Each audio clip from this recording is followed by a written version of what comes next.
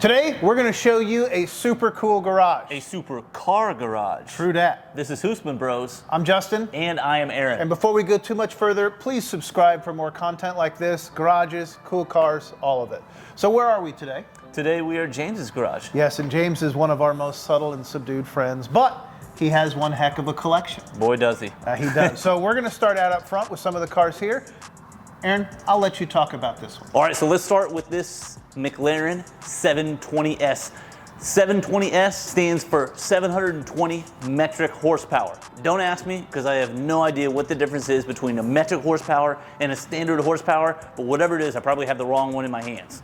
But this is a beautiful 720S. The S stands for shit, that's fast, because it is. And I tell you, if you like carbon fiber, you're going to want to stay tuned to this garage tour because there is tons of it in this garage. And it all starts with this McLaren. We've got the carbon fiber here on the front end. We've got it on the hood scoop. And we've got this beautiful headlight housing with a big air intake in it. They're big, but they also carry through the theme that McLaren has of their logo. It very much resembles that logo and really carries through that concept through the front end of the car and really brings it all together really nicely. This car is painted in a beautiful color. A lot of people would just call it orange, but it's not orange. It is actually called Papaya Spark. And if you catch it in the sunlight, you can see how much it glitters in the sunlight. It is a really, really cool looking color, very pretty. And so we've got the big door here that's opened up. Some people might call it a Lamborghini door, some might call it a gull wing door, but it's a McLaren, so they don't call it either one of those things. It's actually called a dihedral door. I think I got that right, but if I didn't pronounce it correctly, I'm sure you'll correct me in the comments below. I got it. But a lot of people, apparently there's some controversy about this, and what it really is a butterfly door. And so it opens up and it's really cool. It's got a hinge up here on the top, another one here on the front end, but we've got a really cool cockpit here, big tub to get in. Sit down here in the cockpit. We've got some great orange accents all throughout the vehicle, all in the interior here. You got carbon fiber on the steering wheel and just a really great look from all of the gauges, of course set up perfectly. McLaren has a racing team, so they know how to set up a cockpit, so everything is at your fingertips. And then as we get back up here and we go through the back of the car, we see this massive air vent. Look at that. I mean, my whole arm from top to bottom are fitting in there. A lot more carbon fiber coming back through the entire back of the body, so it pulls that air all the way to the back of the car, keeps that aerodynamic going. On the back of the car, you've got the exhaust tip sticking out just above the bumper and the raised rear wing here on the back end. So really this car is like a piece of art.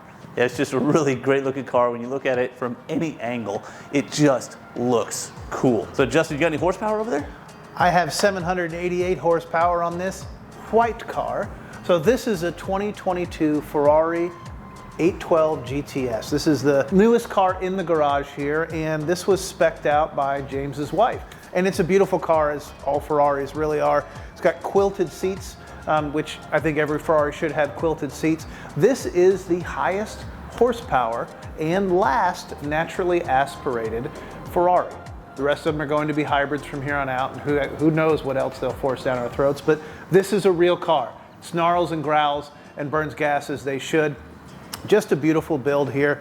Very simple, a lot more simple and less look at me than this McLaren, but that makes sense because it is just classic and class all the way. Aaron mentioned carbon fiber, and the carbon fiber on this car is subtle, but it's here, and it's really one of the things that I like the most. All the badges have subtle carbon fiber in the background, which just really looks great. My other favorite parts of this car are flat black wheels. I'm not generally a fan of flat black wheels, but I'm also not a fan of washing wheels. So I assume these can get some brake dust on them and get away with it. And then finally, this front end on this car is so aggressive and so beautiful, as a Ferrari should be. It's a great, great car and really neat to see it here. Now, understand we also have a black Ferrari. That might be a bit of an oversimplification. Okay, but yes, this one is black and it is a Ferrari. But let's introduce James. He can tell us a little bit more about it. All right, so here we have James here with us today. James, thank you for inviting us over today. So Sure. What are we looking at here? What is this? So this is a 2017 Ferrari F12. It has a front engine V12, and this is the very last year of the F12. A couple of neat features. It is also the last vehicle from Ferrari that was designed by Pininfarina, who they have used as their design company for all of the iconic cars since probably the 1940s. Yeah, absolutely. This particular car, we're the second owners, and the previous owner, I think, checked every single box that you could check. It was a massive, it was a massive sticker. Some crazy things. You know, carbon fiber everywhere, all over the place. Carbon fiber door sills, carbon fiber kind of around all the instruments, the carbon fiber seats, and just, you know, in just all over this car. Just a crazy sticker. And this is also the very first year that they did a passenger display. And so it's over on the other side. Now they've made them, you know, a little bit more advanced, as you'll see in one of the other cars that we have here. Yeah. But it was their first shot at that. All right, so this car, were you hunting for this car, or was this investment? Why this particular car? So a little bit of both. I've always enjoyed the V12 front engine cars, but this was at the time only the second one that I'd ever had. This particular one, knowing that it was the last Pininfarina, it was the last year, it was the first year of the of the passenger display. All of the boxes that were checked, I thought that this car might, you know, increase in value, and it had literally no miles on it when we bought it. Still doesn't have, you know, just only a handful of miles for the year.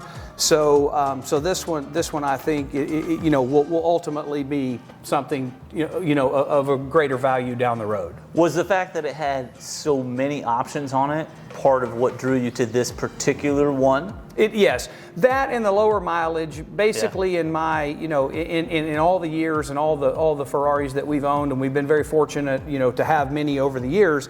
They only care about mileage and service records, and this one checked all those boxes. Yeah. So you said it had all the options. Maybe some of those options in your eyes might be a little unnecessary, but what would you say is probably one of the silliest options that you found on this car? I would say the several $1,000 carbon fiber cup holder is probably a little bit over the top, but again, this particular person checked every box. I mean, that had to shave, what, 8-9 ounces out, right? I'm guessing. Well, this is a beautiful car. I just love the black on black on Thank black. you. It's just fantastic car. Yes. And you always love the front engine V12s on these Ferraris as well. Absolutely.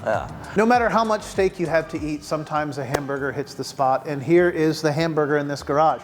This is James' 1969 Chevelle SS. Now this is a big block car. It's got the 396 motor in it, and look at the build on this. This car looks like a simple Chevelle. When you get into the details on this thing, you can really tell the attention that was paid to detail, because if you look at these beautiful head covers, the polished intake on it, these hinges are just beautiful. These cars, if the hinges don't work quite right, you can end up with a kink in the middle of the hood. Now, it's not just the paint and the chrome and everything else about this car that makes it so beautiful. The black stripes on silver paint look really great. And then when you get to the interior, too many times these interiors are built for comfort. This one was really put together not for comfort so much as to look mostly original. At least that's my guess on it. Beautiful chrome wheels, just a really, really nice build on this car. And when you get into those details, you can see the kind of attention that was paid to this car. We've got racing harnesses for seat belts, just a really great build. And if we look back here, look how wide those tires are. This thing can put down some rubber if it wants to. Now, if you notice, as we've been walking through here, we've been walking down the red carpet, which is fitting between these cars that we're showing you. But there's something extra special at the end of the red carpet, and that is this. Here we have a 2017 Indian Chief motorcycle. This is fantastic, a nice touring motorcycle for James and his wife. Big, comfy, brown leather seats on here. I've always loved the Indian brand. It's come, it's gone, it's come back, but it's always been fun to see. Just for a few simple features, you've got the back fender with the skirt on it, which you can't really see because of these bags, but anybody who knows Indian motorcycles knows exactly what I'm talking about. So that's always been very cool to me. I've always liked the look of the heads on the Indians. So those are fantastic. It's a great looking engine. Of course, the logo is really, really cool, but what's great is how they pull the logo onto the front of the motorcycle, and the Indian Chief head on the front fender of the motorcycle always has been a really cool look to me, and especially since they've added the light to it, so when you turn it on, the Indian head lights up as well. So really cool bike. Of course, tons of chrome, just like it should be. All right, so now we are in the middle of the garage. We've seen a bunch of vehicles already. We're not quite done with vehicles, but let's go and just check out some of the features of the garage as we keep moving our way through here. So all garages need a place to hang out and look at your cars. We have one in our garage. Everybody has one, and this is James's little hangout spot. He's got one upstairs too that we'll look at, but this one I like quite a bit because it's got a great color scheme, red and black. It's Ferrari themed, as is the garage for all intents and purposes, but it's really a nice setup down here. Great TV to watch the game. Now, this is the part that really drew my eye. We've seen all of the garages have bars in them. I don't think we've seen one except the empty one that doesn't. Now, some people might call me an alcoholic. I call myself a whiskey collector, and I think James is a bit of a whiskey collector as well. This is a really great setup. Now we're gonna try something a little different in this video because you guys asked for it, and we're gonna sit down and talk to James a little bit about his garage, his collection, and just kind of who he is. All right, so here we are with James. James, again, thank you so much for letting us come out today and check out your amazing collection. Sure. So, does your collection have a theme? Is there a goal? No, not really. You know, we just buy and maybe collect, I guess, is for lack of a better way to put it, what we like, what we enjoy. Okay. So not really a theme behind it. You weren't born with a silver spoon in your mouth, if I understand correctly. No, that's correct. How did you get here? Well, so I grew up in a rural part of Texas, and my parents got a divorce when I was 13. I have two younger brothers. My mom worked 3 jobs so that we could play sports, and basically, I learned from that experience and didn't want to be poor, so I went to school and just worked and then continued to to do a little better and a little better, and ultimately was very blessed with what we have today. Yeah, I mean, blessed is an understatement, I think. So is there some advice that you would give to our listeners a lot of them would like to be here. Sure. Is there something that you can tell them to help them get here? I guess what I would say is, be yourself, do what you say. If you make a commitment, honor that commitment, at all costs, and protect your reputation. I think that's excellent advice. So let's talk cars again. Sure. What was your first special car? First special car. We stumbled across a gentleman who had a car he thought we'd be interested in. We went and took a look at it. He raised the garage door, and it was a 1963 Bentley S3, which is for most people they'll know the sister of that car, which is the Rolls-Royce Silver Cloud. Right. And so that's really, I think, what started all this for us. Okay. Is there a car that you've had that you regret letting get away?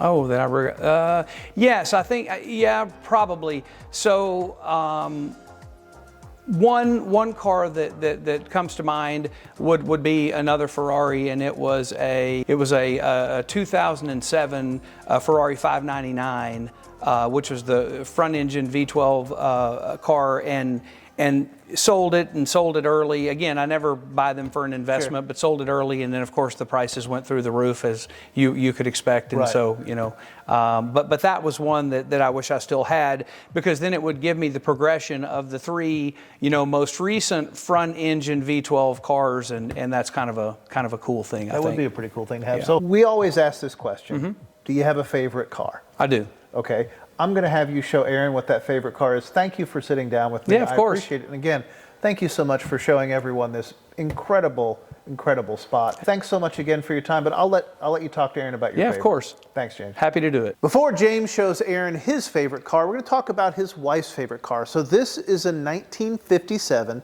356 Speedster replica built by Vintage Classics. This is a gorgeous car and a very nice build. I gotta say that most of you would have a really hard time telling the difference between this and an actual 356. At a fraction of the cost, that's good, but here's the key to why they're different. If you see a car like this with the handbrake in the middle, it is for sure a replica. The true handbrake on a Speedster is underneath the dash. Part of the reason that she loves this car is because of Kelly McGillis in Top Gun. We all love cars, and most of our appreciation of cars comes from movies. We want to feel like somebody, we want to look like somebody, and this car makes her feel like Kelly McGillis in Top Gun. And I don't see why you wouldn't want that. Now, James is going to go talk to Aaron about his favorite car. Okay, so if you were watching the interview and you've been watching any of this video, you know we're going to find out about James's favorite car. And I'm just looking around, checking out the odds. I'm going to guess your favorite car is probably a Ferrari. It is. Which one? This one. Go figure. So why this one? What do we have here, James? This is the 2021 Ferrari F8 Tributo. And it's my favorite because this is, of all the cars that we've owned, all the Ferraris that we've owned over the years, this is the first one that we were ever able to buy and spec out 100%, brand new from the dealer, where we received an allotment to do so. And so this one's special to us just because we got to do this and build it together. So you got the car you actually went to look for instead of the one next to it for a change. For once, yes, and got to pick everything. For instance, most people know a red Ferrari. This is not your traditional Rosso Corsa, which is the typical 90% of the red Ferraris. This is a Rosso Scuderia, which is a little bit more orange in tint, and it's the original racing color for Ferrari. Yeah, I love the black seats with the red accents on here. Yeah, the what a great touch. Daytona seats, and those again are things that we thought were appropriate for this car, and I think it turned out well. You know what I like what you've done with the cars that you've spec'd out is you've really maintained the consistency of the colors. Mm-hmm. This car does not need an accent piece to it. It is an accent piece, but you've got it all black and red all the way through. All you've got on this car is black, red, silver, and of course your Ferrari yellow. Sure. All right, well, James, why don't you tell me about this grocery getter up here? Okay, so this is the Rolls-Royce Wraith. And just an iconic car, obviously something that we actually drive this car, take it to dinner, and so this one actually gets used. Some really neat features I think about the paint. I think is beautiful. It's called Midnight Sapphire, and just the obviously very, very well made cars. And a lot of kind of some neat features about this. And so, Aaron, I'll get you to do me the favor of sitting in the car, and I'll show you a couple of those features. I don't mind if I do. Ooh, it feels so luxurious. So if you look up, wow, you're going to see the midnight sky. What Rolls-Royce calls starlight. Wow. And so it is a constellation of different stars. Now, are there actual constellations in here? Do they go that detailed? I think with Rolls-Royce, you're basically limited by imagination and money. So if you're interested in, I'm a Leo, so if I wanted to have a Leo, I think that they'll do that for you if you want them to do so. Yeah. So, and then of course, a couple things that are kind of neat. If you push this button right here, there we've got your umbrellas. Rolls-Royce umbrella. Not a small umbrella. You don't need a little pint-sized umbrella. This is a full-sized umbrella. So that way you have the ability to protect yourself from the inclement weather. And then kind of one other neat feature, if you just make sure your legs are in the car, but there is a button that says door, and if you hold that button down, it's going to show you something.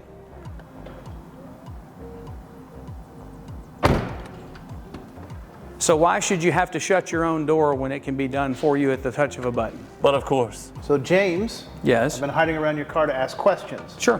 What is this? Camera.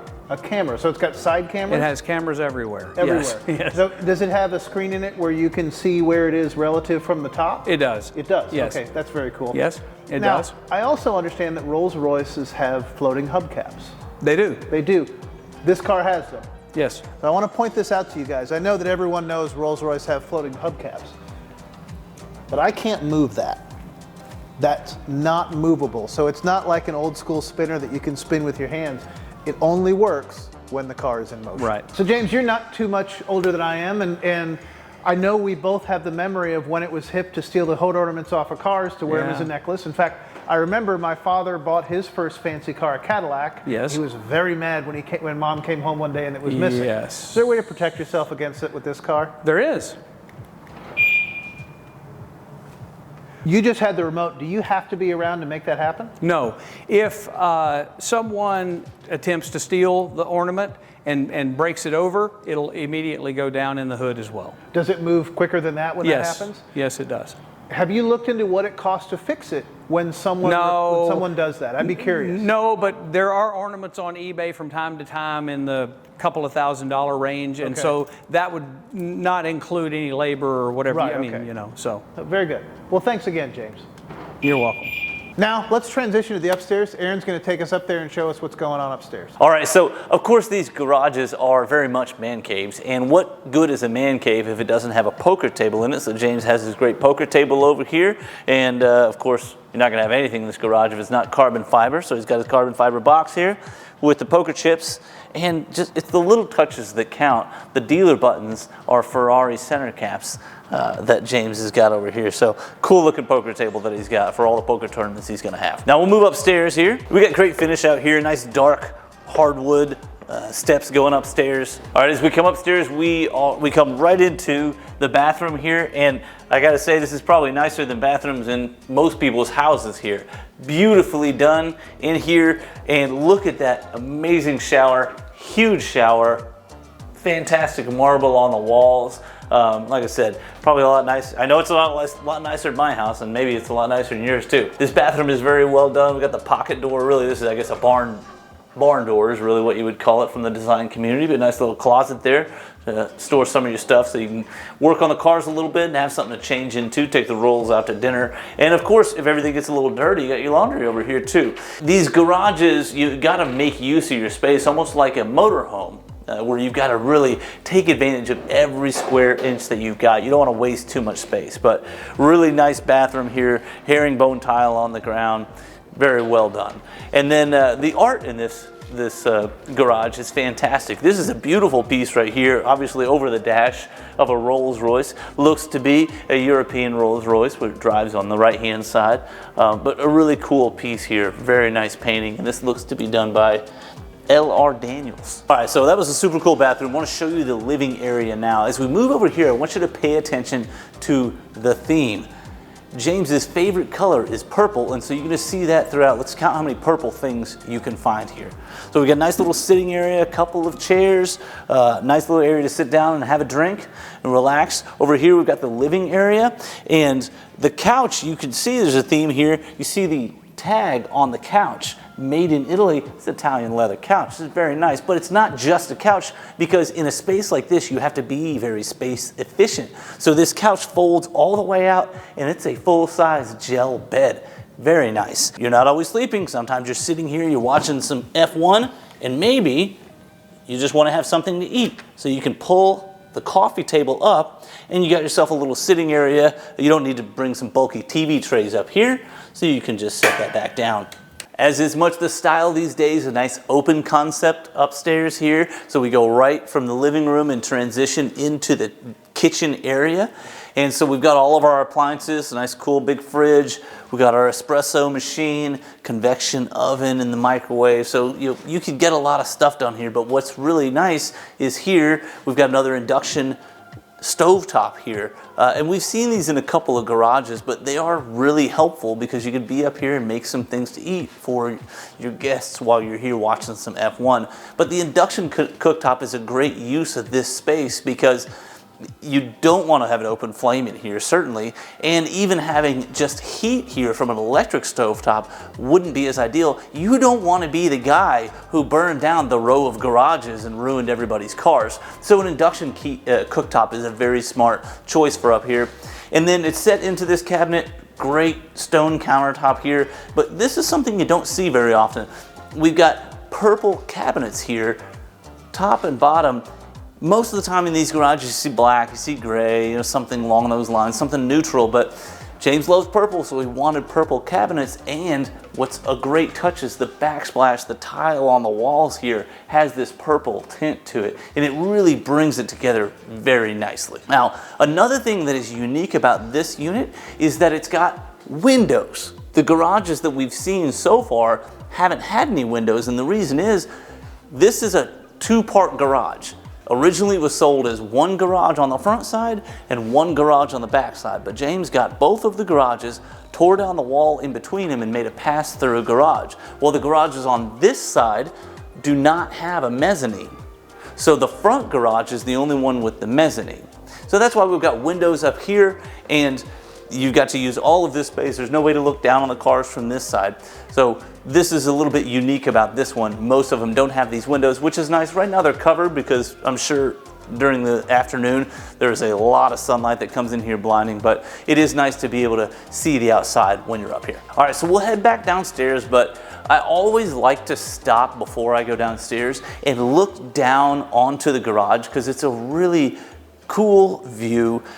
You get to look down, you see the tops of the cars. Most people don't see the tops of cars very often. So this is a different vantage point that you've got. And especially when I know I can speak for myself, having a garage, there's something really cool about standing on the mezzanine level of the garage, looking down on your cars and really thinking about how awesome it is to be able to have a cool space like this to store all of your toys. I doubt I'm alone as a garage owner in that, and I'm sure James would say the same thing. Let's go find Justin and see what him and James are up to. So how was the upstairs? Man, it's awesome up there. It's really great finish out upstairs. Did a great job with the living area. Well, I mean, these people seem to have great taste, so I'm not incredibly surprised. And you know what he's got up there? What's that?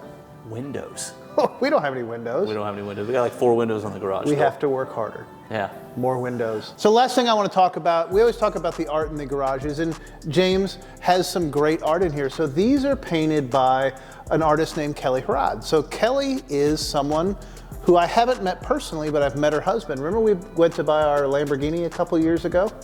I don't remember getting a Lamborghini. We didn't buy it, but we shopped them. Okay. Yeah. Right? So we went to go look at Lamborghinis at Lamborghini Dallas, and the person that worked with us name was John Harrod. Ah, yes. John is now the sales director of Pagani Dallas, and his beautiful wife painted these paintings. These are amazing. They're really great, and I want to make sure that we get in close to them and see the texture, because while they are paintings, they're very in your face in 3D. I'm not going to pretend like I know a lot about art, but here is something that I think I know about art. What's that?